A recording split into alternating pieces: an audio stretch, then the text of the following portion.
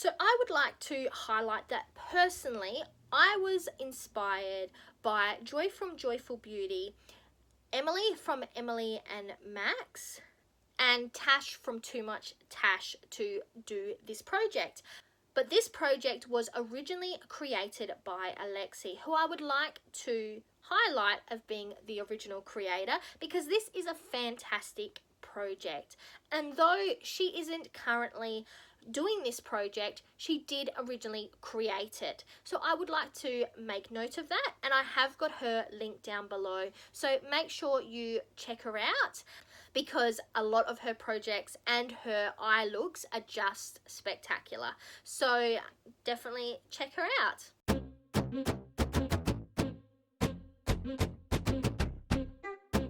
Welcome back to my channel, and today I'm bringing you the 8th update for the Pan Those Eyeshadows project. So currently I am not really getting anywhere with this project. I have used these shadows this month, but I have not hit pan, and I don't know how far away I am from hitting pan on some of these items. So I'm going to start with the item I used the least amount, and I'm going to go through until the shade I use the most. And we're going to have a bit of chat about where do we go from here, or my thoughts, and hopefully you can give me some of your opinions down in the comments below. So let's start off with the shadow I rolled in last month, which is from my Revolutions Alexa Stone palette.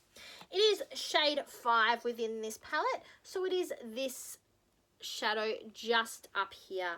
I'll put where I was last month over here, though there will not be much of a difference because I only used this shadow twice in the last month. Let me give you a swatch. So that is the shadow right here, but like I said, I only used it twice within the last month, so I am nowhere near hitting pan. So the next shadow in this project, which I also only used twice, is Velvet from my Kat Von D Metal Matte palette. So as you can see, I am still not that close to hitting pan. I'll have it over here so you can see where it was last month, but we are still, though we do have a bit of a dip, it is not much. But that means, so far this product has been in here for quite a few months, and I have used it 20 times. So let me give you a swatch. So for 20 times, I don't think I'm that close to hitting pan, but we will see how we go. I will say, like I say every month, how it turns out outside the pan is nothing what I think it looks like inside the pan. Anyway, moving on to the next one, which is also from this palette, and that is Oak, which is this one down here. As you can see, compared to last month, there is definitely a bit of a dip showing. I used it 4 times this month, for a total of 31 uses so far. And this is where I'm starting to maybe consider another option. I'm just giving you a swatch. This is it just here. It's a deep dark brown. So a lot of other panners, including Emily and a few others, they use it 30 times or even less, some only 15 times. And if they all hold them in for 15 times or 3 months, or 3 months and 30 times, or 30 times or 3 months. So this has been in this project for, this palette in itself has been in this project for nearly 4 months, I think, and if not longer than 4 months. And this shadow especially, I've used 31 times, and I do not think, if we have a look, that I am that close to hitting pan. So I'm a bit on the fence. Do I keep going and see how many times it does take for me to hit pan, or do I roll them out?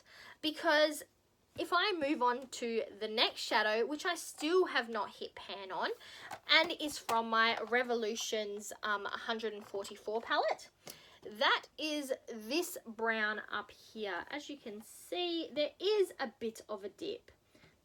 I have it from last month over here. Let me just give you a swatch. So there's definitely a bit of a dip in that shadow, but that is the shadow right there.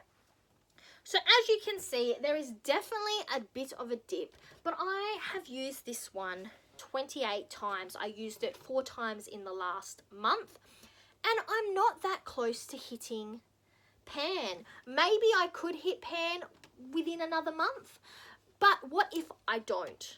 So do I want to keep going with this color story, ignoring this? But I have had these same 3 shadows in this project for months and months. And the whole concept of this project is I like to hit pan and roll in a new shadow. I enjoy the success and the excitement of rolling in new shadows.